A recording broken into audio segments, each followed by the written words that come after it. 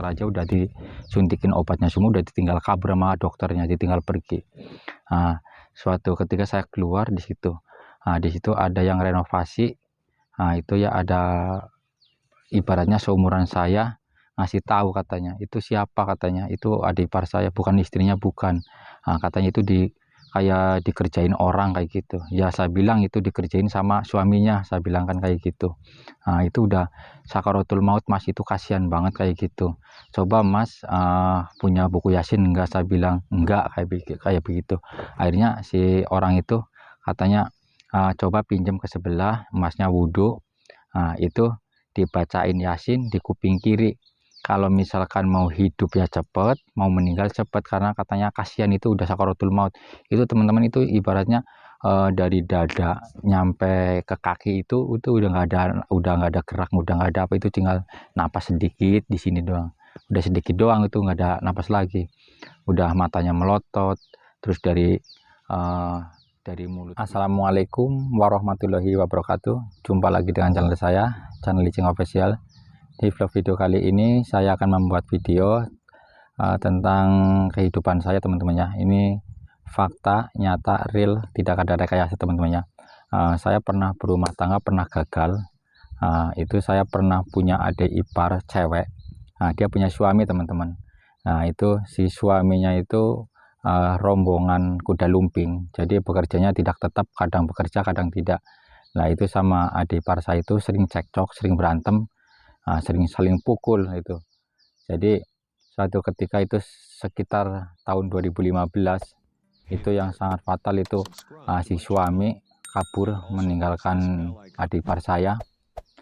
Itu bonceng saya, nganterin saya ke tempat bapak saya, ke rumah. Saya bawa anak bonceng, dia kepingin ke tempat saya main, saya anterin. Itu di tempat rumah saya itu cerita itu si suami adik ipar saya itu katanya sakit hati, dihina-hina sama mertua, sama istri, ibaratnya ditendang-tendang karena tidak bekerja tetap ibaratnya. Nah, itu si suami itu sangat marah, ditinggal kabur, katanya mau disantet saking sakit hatinya kayak gitu. Kebenaran itu, saya bilangin juga jangan begitu, kasihan kayak gitu. Cuman dia kekeh karena sakit hatinya si suaminya adik ipar saya. Akhirnya beneran terjadi, teman-teman, itu dikerjain. Itu ada ipar saya itu ditinggal kabur selebaran kurang 2 hari di tahun 2015. Ditinggal kabur, begitu lebaran. Itu pas lebaran itu dia langsung muntah darah, teman-teman. Akhirnya muntah darah.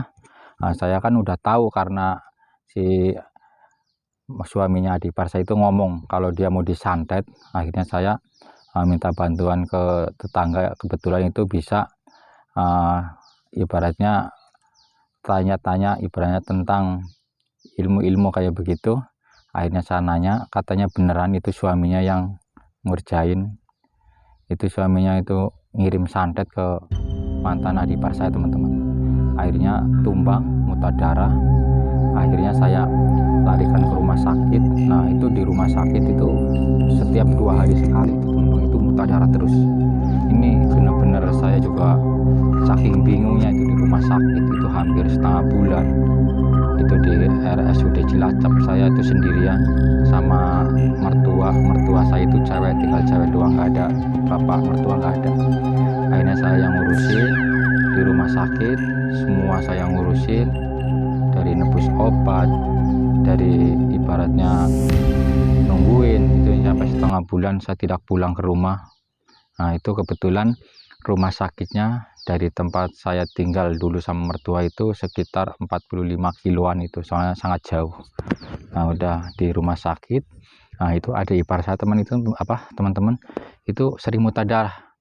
2 hari sekali muntah darah, 2 hari sekali muntah darah.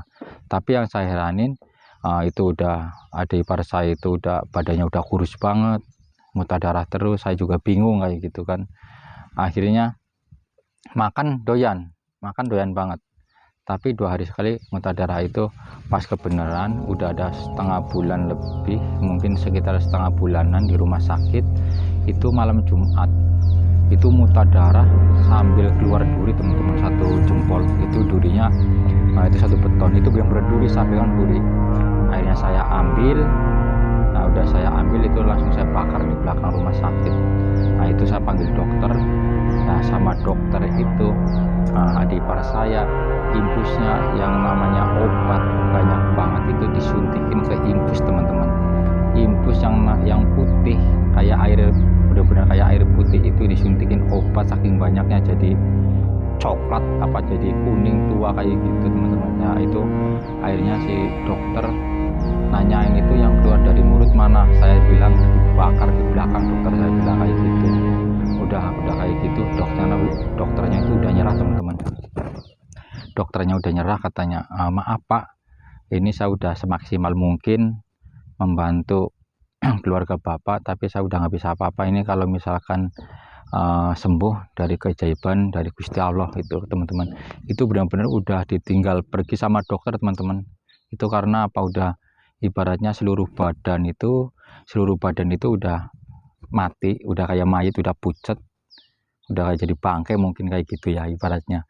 Itu yang ada napasnya cuman dari dada, dari tenggorokan, ibaratnya cuma napas sedikit gitu. Itu katanya udah sakaratul maut. Nah itu di rumah sakit, itu di kamar itu yang namanya orang lihat itu saking banyaknya teman-teman. Itu di situ saya sama mertua doang berdua yang nungguin, benar-benar sangat parah itu. Udah mertua saya guling-guling di lantai, udah kayak ular. Saya jagain adik ipar saya, nyengkrem tangannya kenceng banget kayak gitu. Itu yang nonton ibaratnya ngelihat di kamar itu saking banyaknya, itu udah mungkin ya itu udah nggak ada hidup lah itu ibaratnya. Sama dokter aja udah disuntikin obatnya semua, udah ditinggal kabur sama dokternya, ditinggal pergi. Nah, suatu ketika saya keluar di situ, nah di situ ada yang renovasi. Nah itu ya ada ibaratnya seumuran saya, ngasih tahu katanya itu siapa, katanya itu adik ipar saya, bukan istrinya, bukan. Nah, katanya itu kayak dikerjain orang kayak gitu ya. Saya bilang itu dikerjain sama suaminya, saya bilang kan kayak gitu. Nah itu udah sakaratul maut Mas, itu kasihan banget kayak gitu. Coba Mas punya buku Yasin enggak, saya bilang enggak, kayak begitu. Akhirnya si orang itu katanya coba pinjam ke sebelah, Masnya wudhu. Nah itu dibacain Yasin di kuping kiri. Kalau misalkan mau hidup ya cepet, mau meninggal cepet, karena katanya kasihan, itu udah sakaratul maut. Itu teman-teman, itu ibaratnya dari dada nyampe ke kaki itu udah nggak ada gerak, udah nggak ada apa, itu tinggal napas sedikit di sini doang, udah sedikit doang, itu nggak ada napas lagi. Udah matanya melotot, terus dari mulut keluar darah, lidahnya keluar kayak gitu, udah pokoknya udah sakaratul maut. Nyengkem tangan saya itu udah sangat kenceng banget, saking kencengnya itu nyengkem. Itu saya bacain Yasin dari kuping kiri, katanya itu disuruhnya bacain Yasin di kuping kiri 3 kali kalau mau meninggal cepet, kalau mau misalkan mau sembuh cepet. Akhirnya saya beneran saya wudhu, pinjam buku Yasin, belum 3 kali, saya baru 2 kali mata Yasin bolak-balik, itu udah ada napas lagi teman-teman. Nah, udah ada napas lagi itu akhirnya dia keluar, ibaratnya keluar air lah, kayak pipis kayak gitu. Nah dia tuh udah rada anget lagi, itu udah rada anget. Tapi itu setengah bulan itu 2 hari sekali itu muntah darah terus, nyampe tinggal tulang badannya. Nah, udah kayak gitu akhirnya dia napas lagi lah. Itu yang herannya itu yang pada nengokin di kamar itu, saya keluar, saya ngambil obat, itu pada nanyanya udah meninggal belum, katanya. Meninggal orang hidup lagi kok, bukan meninggal udah sembuh, katanya. Masa iya orang udah sakaratul maut kayak gitu hidup? Iya, alhamdulillah. Itu saya aja nyampe ibaratnya dari dia adik ipar saya, semenjak saya itu nggak ada lupa berdoa, ibaratnya sholat itu. Nah itu saya saking ngurusin adik ipar saya itu ngelebihin dari istri itu. Nah akhirnya dia ada napas lagi dia akhirnya sembuh, udah sembuh kayak gitu. Namanya keluar darah ya setiap hari itu 2 gelas mungkin, apa 1 gelas ya, udah kayak apa badannya tinggal tulang. Akhirnya apa, dia kurangan darah ibaratnya teman-teman, dia kurang darah. Akhirnya kurang darah, dia nanya ke mertua saya mau disedot darahnya, dia nggak ada, ibaratnya udah jarang tidur, kurang sehat, jadi nggak bisa disedot darahnya. Akhirnya saya maksain sama dokter, katanya itu kan udah kritis soalnya kurang darah, pokoknya darah saya disedot mau cocok mau enggak ntar diganti. Itu di PMI lagi stok cuman tinggal 2 kantong, saya minta digantiin sama darah saya. Kalau misalkan saya mungkin nggak ngasih darah, nggak boleh kayak gitu. Akhirnya saya donor darah, akhirnya darah saya disedot dikasih ke adik ipar saya. Akhirnya saya paksa dari PMI suruh ngasih darah, akhirnya beneran dikasih. Nah akhirnya itu menyembuhkan mungkin sekitar 20 hari. Nah itu saya di rumah sakit, nah, darah saya disedot, akhirnya yang drop malah saya. Lah saya yang saking enggak, ibaratnya saya mengungkit di video ini biar dia menonton teman-teman. Jadi itu adik ipar saya itu dari istri yang saya pertama yang saya gagal itu ya, sekarang mantan adik ipar saya itu di luar negeri. Jadi sama saya pisah ya gara-gara adik ipar saya ini yang saya tolong di rumah sakit. Udah ditolong itu udah hutang nyawa ke saya, akhirnya ngadu domba ke mantan adik ipar saya. Ya nggak tahulah, apa mungkin biar duitnya ke keluarga semua apa gimana kayak gitu.